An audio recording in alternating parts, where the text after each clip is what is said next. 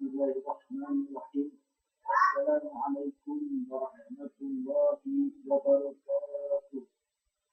Innal hamdalillah nahmaduhu wa nasta'inuhu wa nastaghfiruh wa na'udzu billahi min shururi anfusina wa min sayyiati a'malina. Man yahdihillahu fala mudilla lahu wa man yudlilhu fala hadiya lahu. أشهد أن لا إله إلا الله وحده لا شريك له وأشهد أن محمدا عبده ورسوله لا نبي بعده. رب اشرح لي صدري ويسر لي أمري واحلل عقدة من لساني يفقهوا قولي واجعل وزيرا من أهلي. رب زدني علما وارزقني فهما. Shadaqallahul Azim. Pertama-tama, marilah kita panjatkan puja dan puji syukur kepada Allah Subhanahu wa Ta'ala yang senantiasa memberikan rahmat serta nikmat dan hidayahnya kepada kita, nikmat iman, nikmat Islam, serta nikmat sehat wal afiat. Salawat serta salam marilah kita limpah curahkan kepada junjungan alam Nabi besar Muhammad sallallahu alaihi wasallam yang telah membawa umatnya dari zaman jahiliyah, zaman kebodohan menjadi zaman yang penuh dengan ilmu yang terang benderang seperti sekarang ini.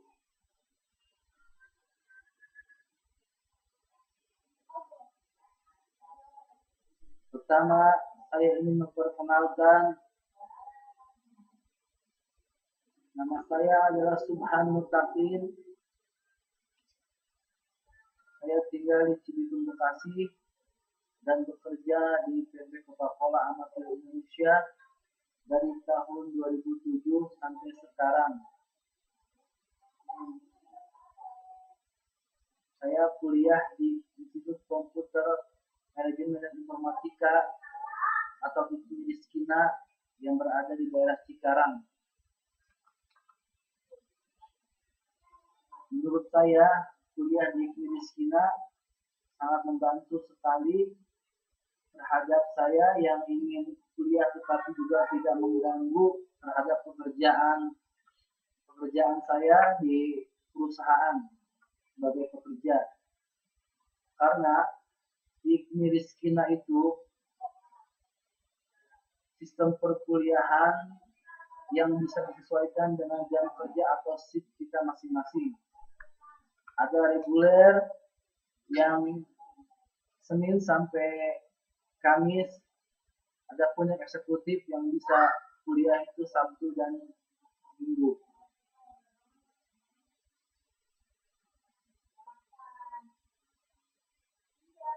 Saya kira demikian perkenalan diri saya dan sedikit tentang IKMI Skina.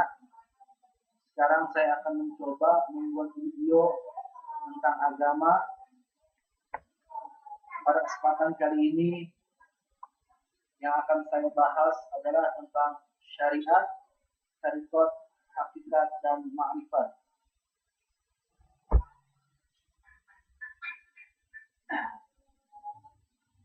Pandangan dasar yang menjadi alasan bagi ulama tauhid adalah membagi dalam perjalanan manusia dengan Maha Pencipta itu ada 4 bagian, di mana merupakan bagian-bagian yang tidak dapat dipisahkan dalam pembahasan-pembahasan ajaran Islam. Ada baiknya bila syariat, tariqat, hakikat, dan ma'rifat ini kita ungkapkan sebagai alat kita menuju Allah Subhanahu wa Ta'ala. Di mana Rasulullah Shallallahu Alaihi Wasallam telah bersabda yang artinya siapa yang ingin menjumpai Allah, Allah pun ingin menjumpainya. Siapa yang tidak ingin menjumpai Allah, maka Allah pun tidak ada keinginan untuk menjumpainya. Riwayat Ahmad, Bukhari, Muslim, Tirmidzi, dan Nasa'i radhiyallahu anhu. Mudah-mudahan Allah Ta'ala memberi petunjuk dan karunia-Nya kepada kita semua bagi siapa yang ingin mendapatkan ma'rifatullahnya di sisi Tuhannya. Untuk itu di bawah ini diuraikan satu persatu. Yang pertama, syariat. Syariat dari segi bahasa adalah tata hukum, peraturan, dan cara berbagai disiplin ilmu agama yang berhubungan dengan hukum syarat-syaratnya, hukum syarat-syarat sah dan rukun atau batalnya menurut fikih, yaitu hal yang nyata berlaku pada perbuatan manusia yang berdasarkan Al-Quran dan Al-Hadis. Menurut pengertian syariat dalam tauhidul af'al adalah sifat maknawiyah, hal keadaan Allah. Adapun itikadnya yang dilihat dan disaksikan musyahadah, apa-apa yang ada di dalam diri dan di luar sekalian alam dalam hal perbuatan dan kelakuan pada hati kita adalah keadaan Allah pada keadaan Allah daripada Allah. Apabila ada yang terlintas selain daripada Allah dalam pikiran, itu adalah semua pengertian mazazi atau bayangan. Bahwasanya manusia tidak mempunyai kemampuan sama sekali untuk mengadakan suatu gerakan dan terjadinya pula suatu gerakan itu melainkan dengan izin Allah. Ini adalah di dalam pengertian hakikatnya. Dalam hadis Rasulullah SAW bersabda, La tatahharuka zarrata illa biiznillah. Tidak bergerak suatu zarrah pun melainkan atas izin Allah. Hal ini dapat berlaku di dalam belajar, sholat, ucapan, berzikir, ucapan membaca Al-Quran, dan sebagainya. Hendaknya lah kita selalu bermusyahadah pada Allah Ta'ala. Pada pandangan ini disebut tingkat martabat ilmu yakin. Yang dipandangnya Allah adalah keadaan sekalian makhluk dan dalam dirinya Allah hakikat dirinya juga. Tingkatan ini ada pada sebagian orang mukmin, kebanyakan yang ada pada golongan orang awam dan orang-orang yang bersyariat saja. Kaum orang-orang syariat ini keyakinannya akan timbul setelah adanya beberapa keterangan dan dalil. Di dalam musyahadahnya dirumuskan dengan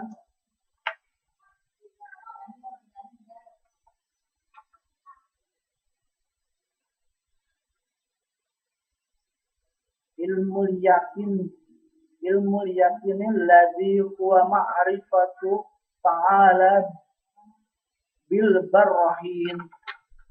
Ilmu yakin ialah makrifat kepada Allah Ta'ala dengan beberapa keterangan. Artinya keyakinannya berdasarkan kenyataan dan tidak ada alasan ataupun yang mampu menolaknya bila kenyataan itu ada. Rumusan ini mengetengahkan yang berkenaan dengan tauhidul af'al. Ini menjadikan suatu kepastian batin bahwa Allah Ta'ala Sang Pencipta itu ada. Landasan di dalam Al-Quran tentang ini yaitu fa'alu lima yurid, maka yang artinya maka berbuat atas ada yang ia kehendaki. Bahwa setiap apapun juga yang disaksikan hendaknya ditanggapi oleh hati dan perasaan murni bahwa semua itu pada hakikatnya adalah af'al Allah Subhanahu wa Ta'ala. Jadi di dalam bersyariat itu jangan ditunjukkan kepada lafaz keindahan anggota, arti atau maknanya saja. Akan tetapi hendaknya kita palingkan pada hakikatnya. Hal ini yang disinyalir Rasulullah SAW yang berbunyi wasyari'atu bila hakikat atilah wal hakikatu bila syariat batil. Syariat tidak dengan hakikat sia-sia. Hakikat tidak dengan syariat batal. Yang kedua tentang thariqat. Thariqat menurut pengertian bahasa adalah jalan. Untuk mengetahui jalan maka perlu adanya cara supaya sampai dan tidak sesat di dalam perjalanan menuju tujuan. Adapun ajaran agama Islam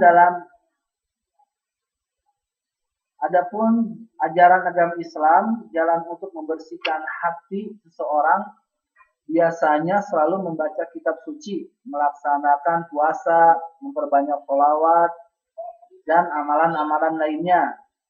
Kebanyakan bagi kaum ahli thariqat adalah menggunakan ilmu thariqat adalah pengisian secara zikir-zikir, melakukan khalwat atau penyepian, dan pengintipan perilaku diri serta musyahabah atau menghitung zikrullah guna untuk mendapatkan pendekatan diri menurut aturan thariqat dan ahlinya di bidang thariqat.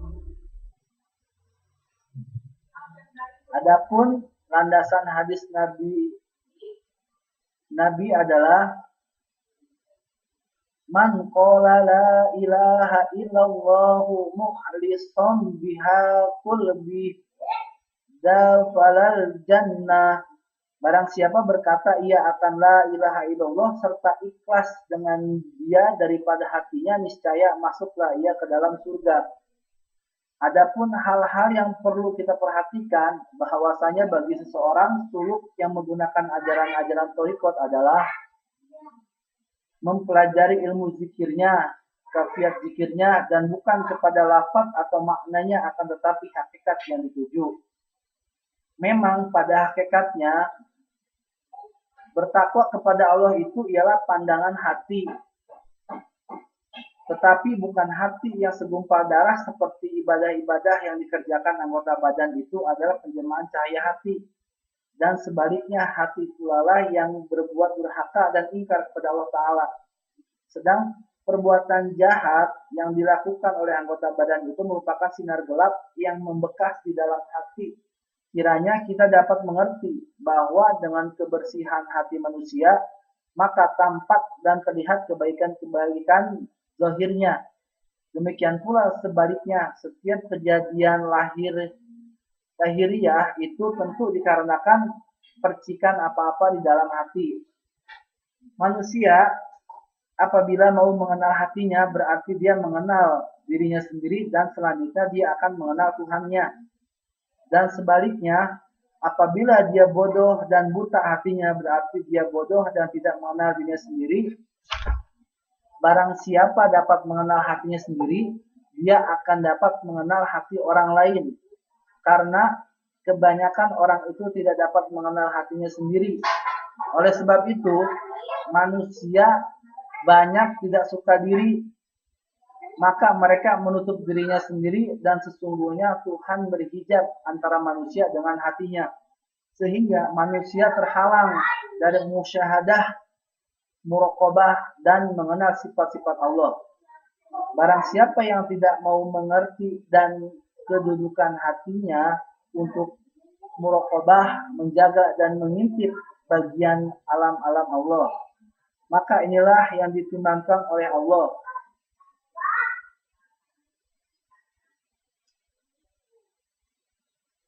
Rasulullah fa ansahum anfusahum aulaika humul fasiqun.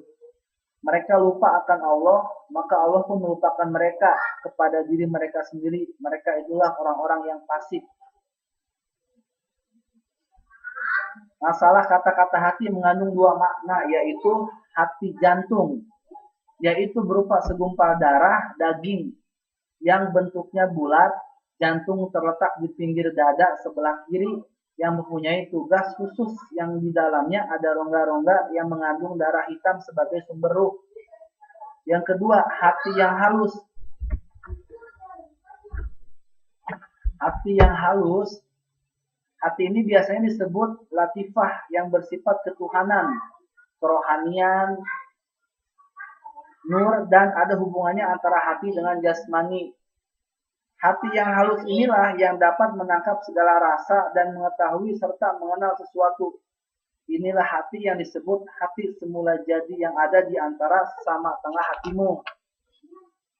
Hati inilah yang berhubungan erat dengan ilmu mukasyafah atau ilmu yang diperoleh dari ilham Tuhan, ilmu laduni, dan ma'rifatullah.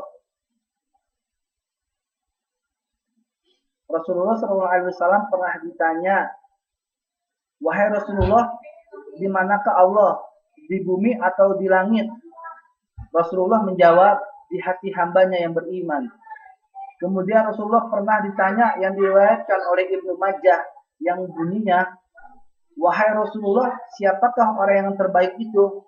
Maka beliau menjawab, yaitu orang mukmin yang bersih hatinya. Lalu Rasulullah ditanya lagi, apakah orang bersih hati itu? Beliau menjawab, ialah orang yang bertakwa, yaitu yang bersih, tidak ada kepalsuan, tidak ada kedurhakaan, pengkhianatan, dan kedengkian. Semua perumpamaan ini adalah memberikan petunjuk atau jalan thariqat yang sempurna. Jalan yang kita dapati hanya dengan mengetahuinya dengan tauhid pula, sebagai pengantar jalan kita menuju Allah Ta'ala. Pengertian thariqat dalam hal ini menurut ilmu tauhid yakni disebut tauhidul asma, sebab sasarannya pada hati manusia itu sendiri. Adapun cara musyahadah pada tauhidul asma ini adalah bahwa dipandangnya dengan mata kepala dan syuhud dengan mata hati segala nama-nama yang ada seisi alam ini pada hakikatnya kembali kepada sumber, yaitu nama asma Allah. Adapun yang tersebut dan yang disebut itu menunjukkan adanya yang punya nama seperti dalam berzikir Allah Allah, dan yang berdiri segala yang ada merupakan kenyataan yang nyata bekas wujud yang Maha Esa. Diketahui bahwa Allah itu mempunyai 99 nama yang baik, Asmaul Husna. Akan tetapi bukan setiap nama satu Tuhan sehingga menjadi banyak Tuhan dan asmanya, namun yang ada pada hakikatnya satu Esa yang kita kenal, dalam arti bukan Tuhan itu ada di dalam lafal nama atau di dalam maknanya seperti firman Allah yang artinya bagi Allah itu mempunyai beberapa nama, maka berdoalah dengan nama tersebut. Maka setiap nama-nama itu menunjukkan adanya yang punya nama dan tiada yang maujud, pada hakikatnya hanya Allah Ta'ala sendirilah. Bahkan tiada yang bernama hakikat inilah nama Allah pula. Dan tiadalah yang bersifat pada hakikat, hanyalah sifat Allah semata-mata. Perhatikanlah firman Allah yang artinya telah mengajarkan Allah Ta'ala akan Nabi Adam akan segala alam sekalian. Kemudian daripada itu barulah Nabi Adam diangkat menjadi khalifah di bumi. Pada pandangan kedua ini juga yang dinamakan pandangan Ainul Yakin, yang dipandangnya Allah Ta'ala itu sifat sekalian makhluk di dalam dirinya dan juga sekalian alam dalam Allah juga. Martabat ini segala nabi Allah dan setengah mukmin ada juga yang mengetahui disyaratkan. Musyahadah terhadap Allah Ta'ala sebelum menyaksikan segala sesuatu yang disebut muayyanah, kenyataan dan pembuktian. Hal ini disebut ainul yakin. Sikap untuk meyakinkan atas kebenaran ini maka perlu adanya latihan-latihan tertentu, yaitu persiapan-persiapan batin, sikap dan perilaku yang benar. Bahwa hati adalah cermin kehidupan, bahwa baik tidak baiknya manusia dikarenakan hatinya. Sikap orang yang demikian ini bagi kalangan ahli thariqat menjadi dasar di dalam praktiknya. Firman Allah Ta'ala, jika mereka benar-benar istiqomah, tetap pendirian terus-menerus atas thariqat jalan itu, sesungguhnya akan kami beri minum mereka dengan air hikmah yang berlimpah-limpah. Yang ketiga tentang hakikat. Hakikat itu diistilahkan di dalam bahasa Indonesia berasal dari bahasa Arab. Hakikat berarti kebenaran atau kenyataan. Di dalam i'tiqad hanya kepada yang wajib dipercaya, diyakini, yaitu hanya Allah semata-mata. Ahli hakikat, arif billah dan ahlul kasyaf mufakat dengan siapa yang hanya berpegang kepada fikih syariat tanpa berpegang kepada ajaran tasawuf hakikat, maka fasik. Siapa yang berpegang semata-mata kepada ajaran tasawuf hakikat tanpa fikih syariat adalah zindik. Tetapi siapa yang berpegang kepada keduanya, maka itulah yang benar. Di dalam hidup dan kehidupan ini, manusia tidak terlepas dari yang dicari dan mencari, dan untuk memperoleh kepada sesuatu tujuan yang dituju biasanya adalah merupakan suatu harapan dari cita-cita bagi seseorang. Demikianlah pula hubungannya dengan ilmu tauhid usuluddin. Di dalam perjalanan seseorang yang merindukan Allah dan ingin sampai kepadanya, bahwa ia wajib mempercayai kebenaran Allah yang hak dan tiada lainnya, yang merupakan perwujudan langkah perjalanan syariat, thariqat, dan kepada hakikat yang sebenarnya. Contohnya, bagi ulama-ulama Islam yang berjihad untuk memutuskan perkara suatu hukum, tentunya hal ini terutama perlu mengadakan suatu forum musyawarah untuk suatu mufakat. Setelah dapat diterima oleh semua anggota rapat yang sah, maka sesuatu hukum itu pun baru bisa ditetapkan setelah mendapatkan kebulatan kata. Dan selanjutnya itu dianggap sah dan tidak disangsikan ataupun diragukan lagi atas kebenarannya. Dan kita akan yakin karena dapat dibenarkan sesuatu dengan hukum suatu dalil maupun akal pikiran. Oleh karenanya, pemahaman sangat diperlukan bagi seorang salik untuk mengeluarkan pendapat kebenaran ilmu ketuhanan, membuka peluang mujakharah sesama murid apa-apa yang menjadi permasalahan yang diberikan bagi guru kepada murid-muridnya dengan berdasarkan dalil nakli maupun akli dan dapat memperoleh suatu kesimpulan.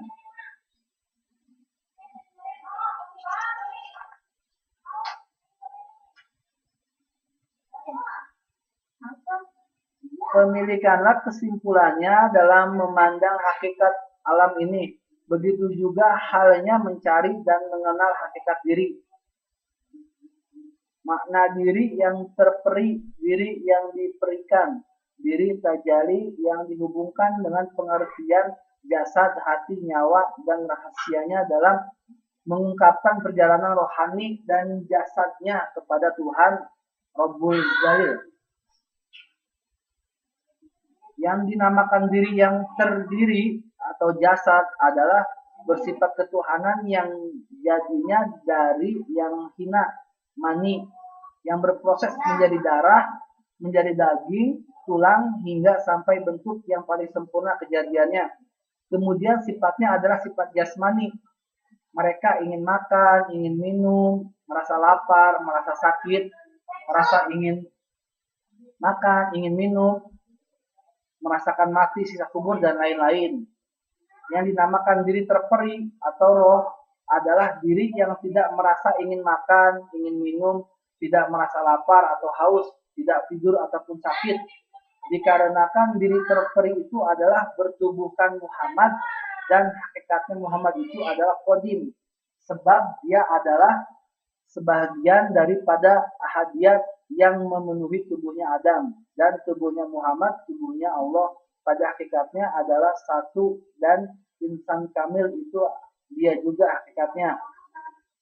Yang dinamakan diri tajali adalah diri yang dikaruniakan Allah Ta'ala akan kebenaran diri yang hakiki. Yang dikatakan pertemuan dari pada zat yang timbul pada sesuatu saat dan menghilang di saat yang lain, yang merupakan penjelmaan proses kerja ruh dengan penampilan-penampilan diri yang menakjubkan. Dan tiada pembatasan roh.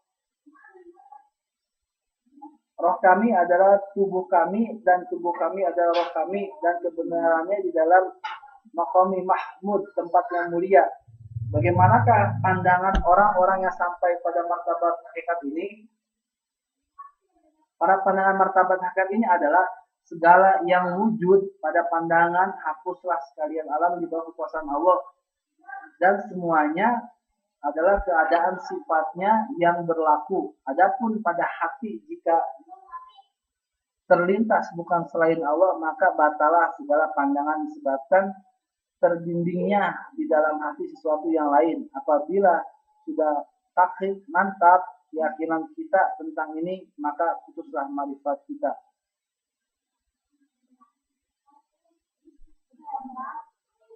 La mawjudu bihaqqi illallah. Tiada yang maujud dan hak sebenarnya melainkan Allah Ta'ala. Kembali hak kepada yang punya hak, sedangkan kita adalah haknya, maka akan kembali kepada isyaratnya. La haula wa la quwata illa billahil aliyil azim. Tiada daya dan upaya atau kekuatan melainkan dengan Allah yang maha tinggi dan maha agung. Bukan kembali kepada asma Allah dan bukan kembali kepada sifat yang baharu atau kepada lafaz dan maknanya, melainkan kepada zat yang wajib sedianya, zat yang wajib mutlak adanya. Sedang yang ada ini adalah daripada zat, maka sekalian nama itu adalah menunjukkan adanya diri. Jadi sebenar-benarnya nama itu menunjukkan sifat Allah dalam arti sifat berdiri pada zat, dan zat adalah tempatnya sifat. Dengan sifatnya kita mengenal Tuhan yang Esa. Contoh, kapur tulis warnanya adalah putih. Putih adalah menerangkan hal sifatnya, namun untuk mengetahui zatnya maka kita kikis kapur tulis itu sampai yang sekecil-kecilnya dan lebur. Dapatkah kita ketahui dan kita lihat bentuknya? Bagaimanakah bentuk zat yang sebenarnya? Maka daripada itu kita bisa mengetahui dan mengenal Allah itu adalah dengan sifat-sifatnya yang ada. Demikian pula mengetahui hakikat alam dan seisinya ini semua menunjukkan telah nyata adanya zatnya. Apabila kita dapat membagi-bagi bagian-bagian yang terkecil tadi, maka sulitnya untuk dibuktikan dengan indrawi manusia. Maka untuk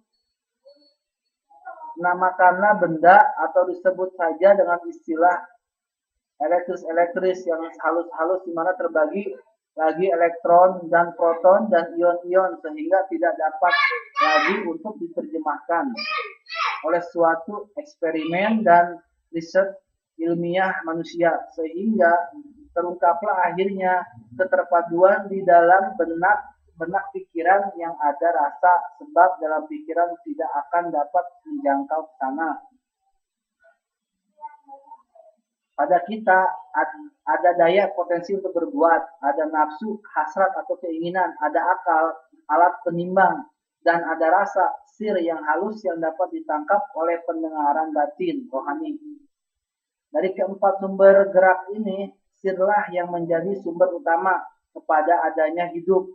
Dikarenakan menerima nyawa, nyawanya manusia itu adalah nyawa roh idafi. Nyawanya idafi itu adalah nyawanya hakiki dan nyawanya sekalian insan dan alam.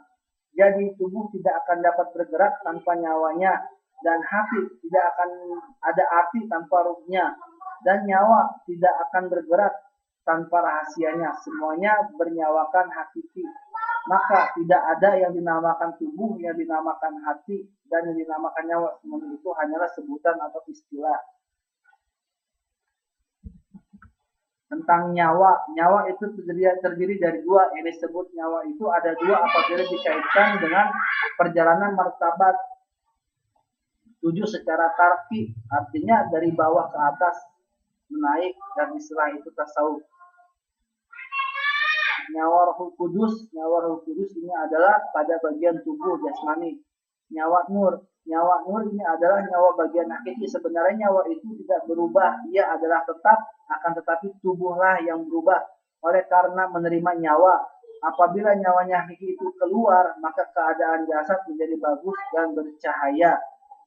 Semakin keluar nyawa hakiki, maka nyawa Roh Kudus bagian tubuh Nur Muhammad keluar meliputi tubuhnya, sehingga tidurlah atau matilah orang tersebut, dan kedua nyawa itu tidak berubah dua bagian, akan tetapi satu diri saja. Hanya perbuatan, hanya sebutan untuk menunjukkan letaknya saja, untuk membedakan pengertian zahir dan batin. Yang hakiki itu adalah awal tajali perjalanan roh, sedangkan yang berada pada tubuh disebut bagian zahir tubuh. Hal ini untuk mendapatkan pemahaman. Orang-orang tasawuf dinamakan nyawa hakiki itu adalah laisa kamisli, nyawa bagian tubuh itu disebut bila harfin wala saw. Mengapa tubuh itu dikatakan mati? Dikatakan mati karena tubuh yang lahir ini tidak sanggup menanggung nyawa.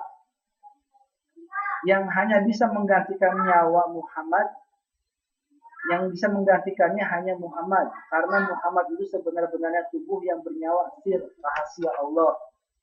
Apa pula sebab Muhammad itu menjadi tubuh dan bukan Adam? Disebabkan Nur Muhammad itu meliputi tubuh Adam tatkala tubuhnya Ruhul Kudus itu keluar dan bernyawakan hakiki. Pada hakikatnya manusia tidak dikatakan mati, namun ada kemungkinan manusia akan mengalami dua masalah. Apakah manusia itu matinya itu di dalam keadaan musyahadah yang berkekalan, ataukah di dalam keraguan atau kebingungan? Apabila terjadi demikian, ajablah yang diterima disebabkan tiada mengenal dan tidak mau belajar ilmu yang telah diwajibkan. Apabila keadaan dalam penyaksian, maka matilah ia di dalam rasa atau kebebasan azab. Inilah yang dikatakan istilah amrodzuki, yaitu adalah urusan perasaan yang paling dalam dan tidak dapat dilukiskan lepas dari syarat dan itibar. Orang-orang arif bilah melukiskan dengan man lam yazuk lam ya'rif. Siapa tiada pernah merasa, tidaklah ia akan tahu. Rasa yang mendalam ini tiada yang memandang dan dipandang karena fana seluruh sifat, baik sifat makhluk dan diri di dalam sifat Allah. Sirnala di dalam lautan ahadiyat, alam keesaan sucian, tenggelam dalam genggaman keesaan Allah. Dalam arti fana, pendengaran diri, penglihatan diri, pengetahuan diri timbul di dalam kebakauan yang berkekalan. Maka inilah yang sampai kepada tauhid sifat dan tajalli sifat. Pada syuhud pandangan, tauhid sifat ini adalah fana dirinya kepada Allah. Dipandangnya segala amal ibadahnya itu minallahi billah. Minallahi billahi lillah, artinya dari Allah, dengan Allah, bagi Allah.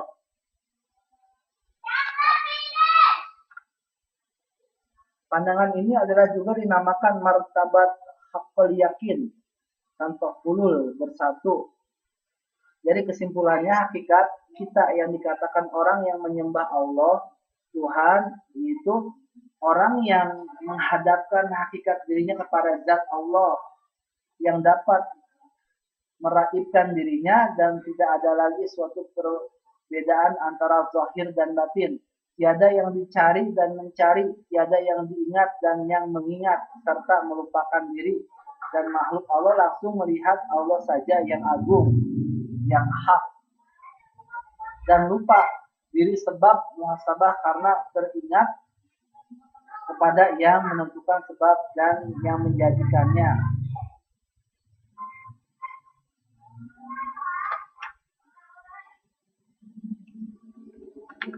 Yang keempat, terakhir,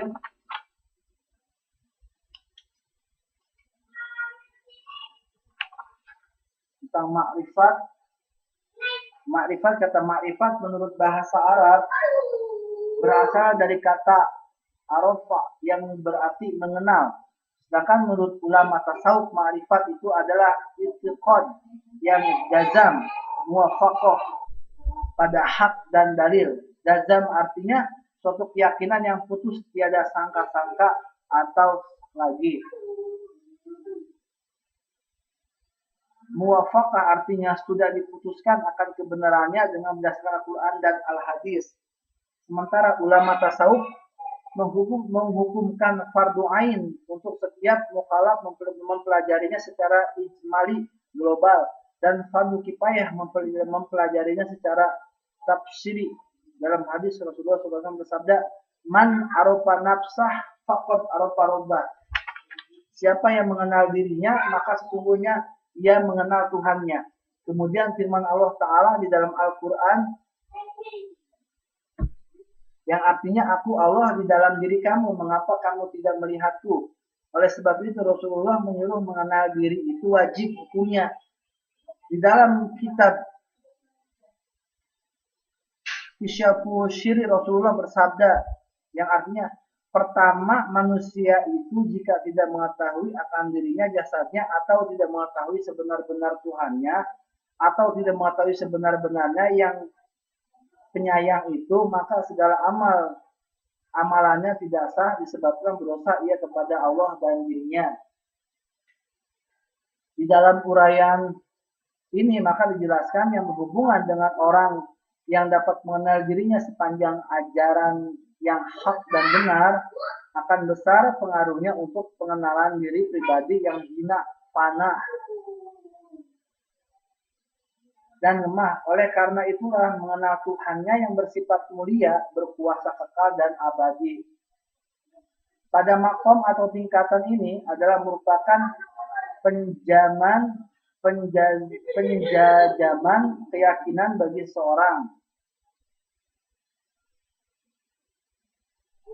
yang akan sampai menuju keesaan semua lafaz arti huruf dan bukan sesuatu yang dapat membuka tabir rahasia ketuhanan. Yang dikatakan mengesakan itu ialah menganggap satu. Yang dimaksud dengan satu itu adalah kembali hakikat diri. Apabila berzikir dan bermakrifat, jazamkan itikad yang satu hingga lenyap dan tiada sesuatu lagi. Indra kita yang lima merasa lenyap. Inilah yang dimaksud dengan man arofa robah fasaddal jasad. Barang siapa kenal akan Tuhannya maka fanalah jasadnya, artinya tidak punya diri. Apabila tidak merasa kelenyapan, maka kalimat Allah saja yang berkekalan, berkepanjangan, berzikir dengan sendirinya. Maka keramahanlah kita dalam hal ikhwan, kelakuan, perbuatan dan tidak ada bedanya zahir dan batin. Hilang pula lah hawa nafsu daripada mengingat sesuatu dalam hati dan pikiran. Apabila ada timbul sesuatu, maka batalah ma'rifat kita sebab segalanya kita sudah tidak tahu. Tiada yang diingat dan mengingat, tiada yang dipandang dan yang memandang. Hal itu dapat dilakukan dalam tafakkur. Caranya yang mungkin sempurna, keluarkanlah dari diri kembali kepada diri yang tiada. Keluarkanlah sifat diri yang mempunyai bentuk dan rupa, sifat kelakuan, maka pandang dengan tidak ada lagi wasyitah atau perantara. Maksudnya dengan tidak ada sebab. Dengan tidak ada sebab alam ini dan nafsi sekalian makhluk tiada lagi karena yang ada hanya Maha Suci semata. Jika sudah tiada lagi tahu akan hal ikhwan, diri dan hal dunia, barulah sempurna pengosongan diri dan penafian, dan disitulah Tuhan kita. Apabila kita yakin tentang sir itu, maka sir itu pula lah yang akan membukakan rahasia-rahasianya. Sebab yang dikehendaki oleh makrifat itu adalah rahasia Allah, kehendak Allah. Allah memuji dirinya sendiri. Hal ini diisyaratkan dalam hadis qudsi yang artinya hancurkan tubuh, jadikan hati. Hancurkan hati, jadikan roh. Hancurkan roh, jadikan nur. Hancurkan nur, jadikan aku. Pengertian hancurkan pada hadis di atas adalah hancur itu artinya binasakan atau hilangkan bahwa diri penuh dengan ketergantungan, kelemahan, kekurangan, fana dibandingkan dengan kuasa kebesaran kesempurnaan Allah Ta'ala. Maka gugurlah kekuatan kita untuk mendapatkan pengenalan itu, kecuali dengan karunia dan rahmatnya. Seperti yang dikatakan oleh Arafatu Rabbi bi Rabbi, aku mengenal Tuhanku dengan Tuhanku. makom atau tingkatan ini adalah yang paling tinggi dari sebelumnya. Pada tingkatan keempat inilah titik puncak akan pengetahuan makhluk dengan Allah Ta'ala. Di dalam sinar keindahannya yang tidak dengan ibarat dan isyarat, yang dirasakan adalah suatu kelezatan yang tidak dapat digambarkan dengan kata-kata dan suara ataupun dengan huruf dan angka. Esaan zat Allah yaitu karamnya hakikat diri dan timbullah rasa yang luar biasa bahwa seseorang telah berhasil dengan rasa yang luar biasa dengan tingkatan fanafilah hilang sirna pada wujud Allah. Hal ini adalah merupakan urusan pekerjaan rasa yang punya rasa atau amrul dzauqi, tingkatan yang dikatakan dengan kesempurnaan dalam pandangan akmal yakin. Apabila seseorang telah memasuki dalam pengertian fanafilah, maka timbul rasa yang berkekalan atau baqabilah, maksudnya adalah segala apapun juga hakikatnya adalah milik kepunyaan Allah, qaim dan nyata Allah Ta'ala pada segala sesuatu. Pengertian yang kita maksud dengan penafian ini hendaknya datang terlebih dahulu sebelum timbul akan rasa ketiadaan diri. Apabila lagi sampai datang ucapan kata, berarti tetaplah hakikat dalam penafian. Adapun yang dikatakan kekal adalah sudah ada dengan sendirinya, bukan diistilahkan ada yang zahir dan ada yang batin lagi, sebab dia sudah mutlak diketahui, ini hanyalah istilah saja. Bukankah kita tidak bisa membuat satu zarah pun, walaupun satu zarah tidak kelihatan oleh kita, namun kita yakin bahwa Tuhan tetap bersemayam pada keberadaannya, jauh, tidak ada batasnya, dekat, tiada berantara pula. Tatkala mata memandang bukanlah terlebih nyata kebesarannya, maka terpandang, tetapi hatilah yang memandang, telinga mendengar karena didengarkan oleh hati, otak berpikir karena hatilah yang punya pikir, dan lain sebagainya. Maka apabila sudah nafi yang lain tiada pasti, yang pasti itu hanyalah Allah, diri Allah, zat Allah, hakikat Allah, sampai-sampai sebutir debu pun tiadalah terjadi dengan sendirinya tatkala sebelum adanya sesuatu, sebab ia bukan sesuatu bagian yang terbuang saja tanpa wujud dan bentuk, melainkan ia zat Allah juga yang wajib kita percayai juga kehadirannya seperti diri yang telah dinyatakan dalam insannya. Maka dijadikannya dirinya dalam rahasianya agar akal mengenal kenyataan pada tubuh dan hatinya yang tidak akan terputus oleh jiwa roh keesaan pada yang maha suci. Tubuh yang nyata itu adalah wujud majhar atau bayang-bayang yang menunjukkan adanya yang punya bayangan. Yang menunjuk seperti cahaya lampu dan lampu yang dapat menerangi baharu panasnya oleh seluruh anggota tubuh, dan di sanalah asalnya kembali tatkala menunggu saat-saat pertemuan yang mengasyikan pada makom tazarizat. Di mana pula penghimpunannya adalah di sama tengah hati. Karena ialah bagaikan cahaya yang sumber dari segala yang bercahaya, yang lebih terang dari bulan dan matahari, ialah yang mengadakan cahaya kehidupan makhluk di jagat alam semesta dan seisinya ini. Yang dikenal itu adalah diri, begitu juga zat Allah itu hakikatnya adalah rahasia. Sifat Allah itu kepada kita adalah nyawa. Asma Allah itu hakikatnya kepada kita adalah tubuh. Apabila telah diketahui tentang hal ini, haruslah kita ingat bahwa pandangan hakikat tidak sama dengan pandangan zahir atau syariat.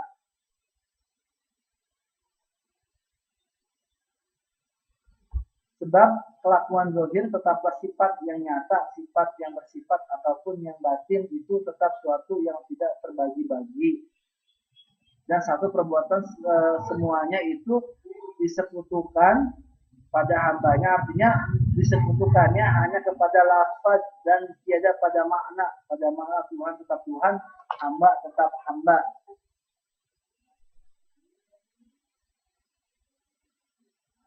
Demikianlah yang bisa saya sampaikan tentang syariat, tarekat, hakikat, dan makrifat. Mudah-mudahan bisa berguna dan bermanfaat bagi semuanya. Dan pada intinya, sempurnanya Islam karena fikih, sempurnanya iman karena tauhid, dan sempurnanya Islam karena tasawuf. Wabillahi taufiq wal hidayah. Wassalamualaikum warahmatullahi wabarakatuh.